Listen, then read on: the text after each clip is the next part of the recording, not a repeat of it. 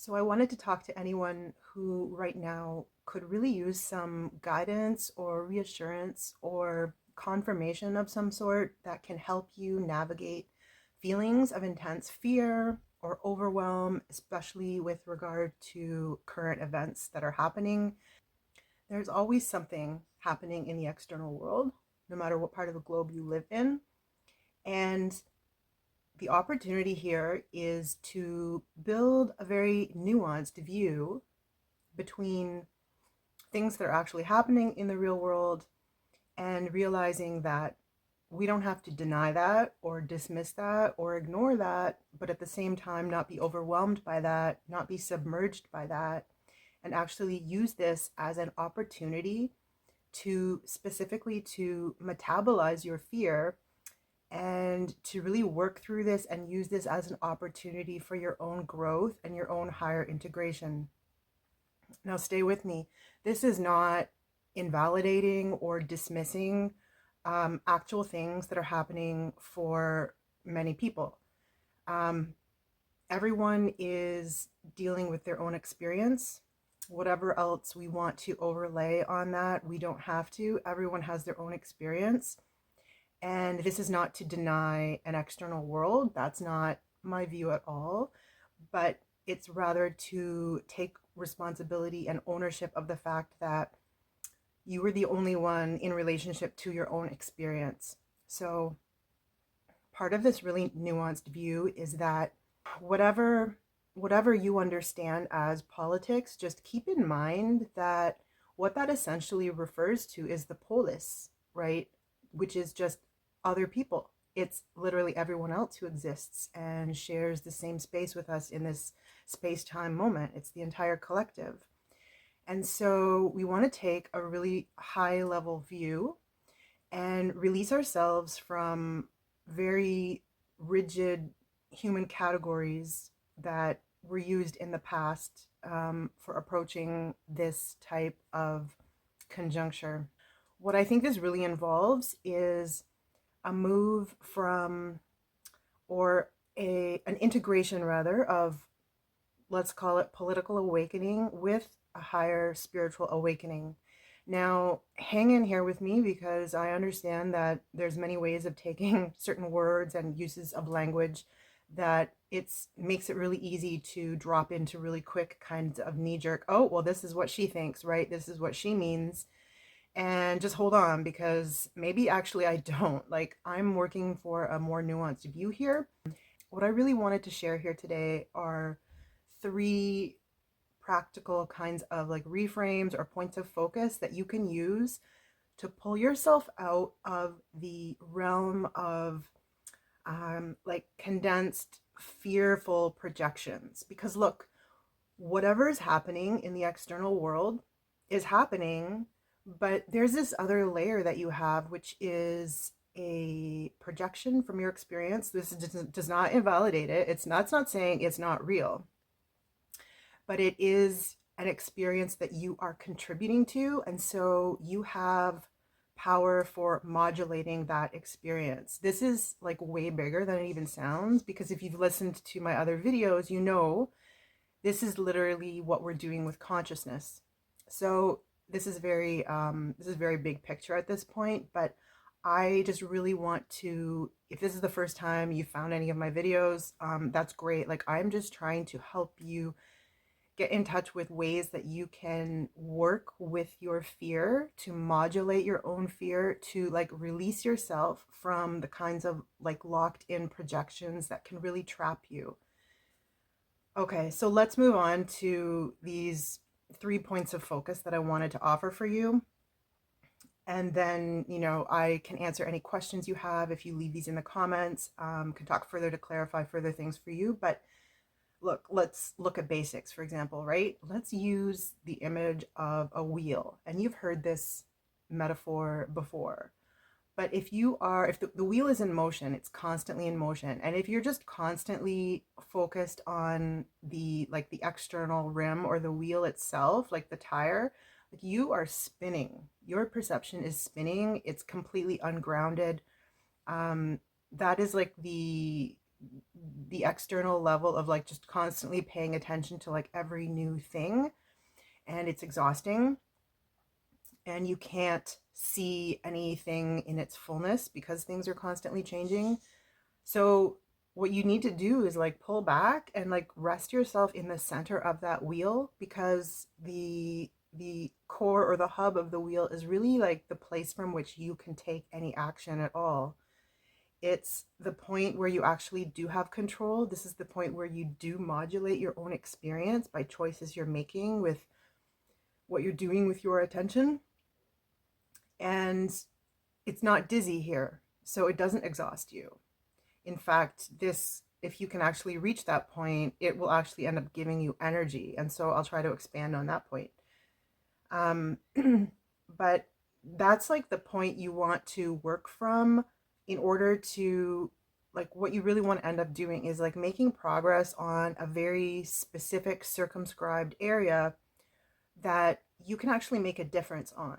So rather than attending to every turn of the wheel and constantly going over new ground and like new relationships and new consequences, and what does this mean, what does this mean, this is going to affect this, you step back, you pull back, and you focus on this kind of like natural territory, I will say, this place where you are naturally called to. And that's really where you're meant to work and to create positive change. There are, what are there, like 7 billion people on the planet? Can you imagine if every individual who was old enough to do it and young enough to still do it just took action on these like one or two areas that they just feel especially called to? For example, like maybe you have like this above average fascination with solar energy and finding ways to create like new solar products that are affordable and more people can use, or use in more innovative ways, so that, you know, we can improve our electrical usage or whatever it is. We are not all meant to focus on the same exact areas at the same exact time, which is what? The news cycle. We are called into specific areas for reasons, right? Because we actually have an innate capacity for actually making a difference there in terms of like showing what leadership would need to look like in that area. So really pull back from like any judgments or preconceptions you have around things like, oh, well, everybody should be talking about XYZ, and why are these people just silent about, you know, ABC?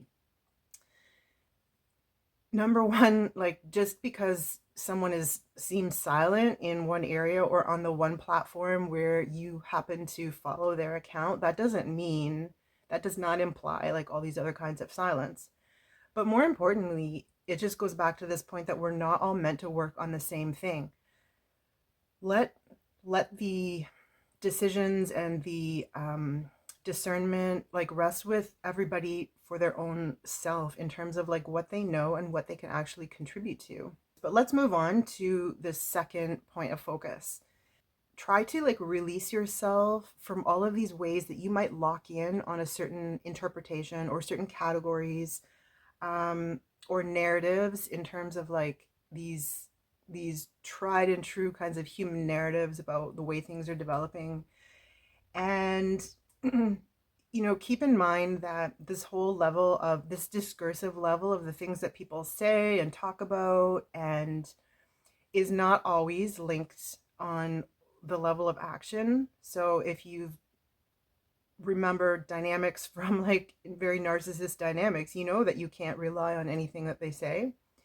Some pronouncement one day will be revoked the next day. But the point is that this really comes down to, if you're familiar with the game of Go or Othello, where you have like this, it's kind of like a checkerboard grid, and you've got these chips that are like, they can be either black or white. And the whole game, it's kind of like tic-tac-toe, but like much larger. Your opponent may like place a chip, and then it flips like the entire row back to white. And then the next chip might flip it back to black. So this is kind of like the way a lot of these external events go. So you don't want to like get really locked into certain perceptions or investments on what a particular outcome might seem or be or represent for you. You want to just like detach a little bit from that layer. And again, this fits into like if you know that Zen parable about the farmer whose horse died, and at first, like it seems like this is a really bad event, and then the story goes on, right? Because then I don't know how it unfolds. Like the farmer, ends up he goes to visit his son to tell him about it or something. And the point is, it's just like that game of Go, right? Like the black flips to white, reverses to black to white, and so that's kind of like the outer rim of this wheel that keeps on changing, right? So you don't want to like place your psychic, you don't want to lock your psychic energy into that surface level of appearance, basically. The third point that I would really like emphasize here, at first, like it might sound kind of grim, but honestly, like when you think about what you're actually afraid of, when you think about what it means to you, why you're afraid of that, is it some feeling of the unthinkable? And consider the fact that that's already what some people are experiencing, and try to take like the largest picture you can on this, the highest level view that you can. This is a process of what we know from certain philosophical contexts as like dying before you die. And it's about aligning yourself at the highest level of your own values, your highest values, like the highest expression of your experience, what love in this life looks like for you, etc. And what you do is like you move through your own personal fears. You use this experience of fear and you modulate it in a way that it enables you to look at your own personal fears for your own life in terms of like the path that you're walking. So, you're not taking such and such a step further because you're implicitly afraid of this or that. And yet, the more that you can actually work through your own personal fears and cut through that level, like the more secure you actually will feel on your own path. You will, as you progress, you will also get more guidance and more support. And this is very much rooted to being at the center of that wheel when you are in touch with like the actual ground of your own efficacy, let's say, like the own ground of like the innate field of action that you're supposed to work within. And only you will know what that is, right? It's not going to be the same thing that everybody else in this current news cycle is necessarily talking about. Although it could very well end up benefiting that. You don't have control really over all of those kinds of like second order, third order, fourth order types of like positive ripple effects.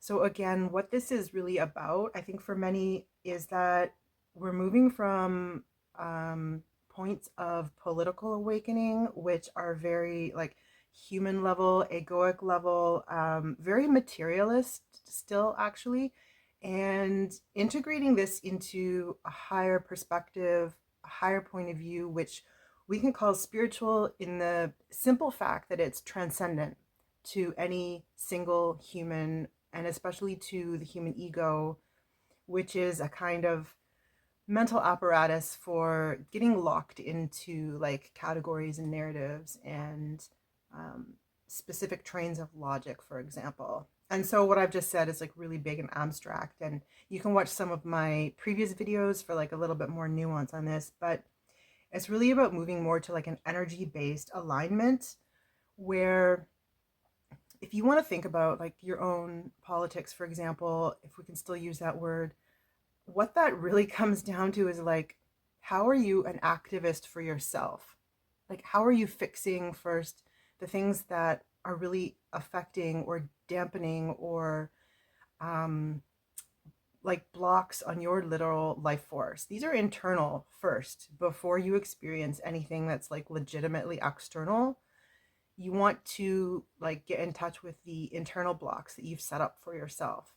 In a lot of situations, a lot of our experience of external events really is a kind of oblique reflection of something that we're not able to deal with on our own internally. I'm not saying all of it. Again, I'm not denying the external world is real. I'm not that type of like idealist, solipsist or something. I'm not saying that so and so doesn't actually exist and they're not a real person. But the basic experiential facts here are that you can't live in fear and overwhelm, but you also, I wouldn't want to, I'm not encouraging anyone to deny or dismiss or ignore because part of the reason that we have incarnated in this specific moment actually does relate to the things that are happening for other people in this moment. So it's very integrated, and you don't want to just completely ignore what's going on, but you want to be very centered in, again, this field of your own innate action, where you are actually supposed to take action. And that begins with your own internal landscape, where you've got these like blocks of fear, where your own projections are like blocking you, like right from the get-go, really. So think about that and think about how you can start taking action on that level first, becoming an activist for yourself. Again, not locking it into some event that's happening in the external world, but if you understand the way I'm saying this, like, it's about doing your own inner work to see how this block is actually um, coming up for you internally.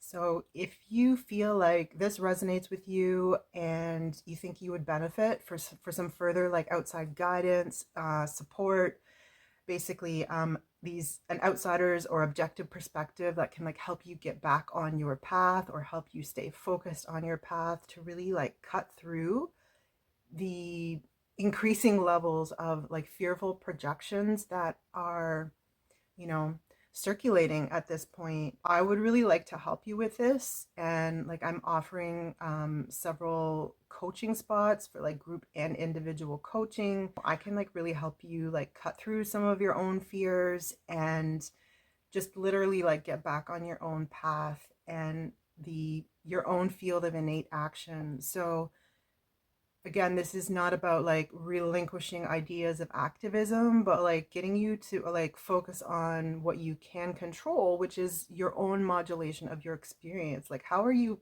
an activist for yourself, basically, to start there? So I do have a few more spaces that I'm offering. Basically, it's like a 2-month coaching package, and I'll put a link in the description box below, and you can like leave a comment here with any questions. Yeah, so I would love to hear from you. And please just keep in mind that everything that you're experiencing now as fearful, a large part of it, again, this is not to dismiss what's actually happening, but a large part of it is still some of your own fear from your own internal blocks and like your own interpretation of the unthinkable for you and what that really means when you can translate it into the innate field of your own life. So I hope that helps. Please leave a comment, and I'll connect with you again soon.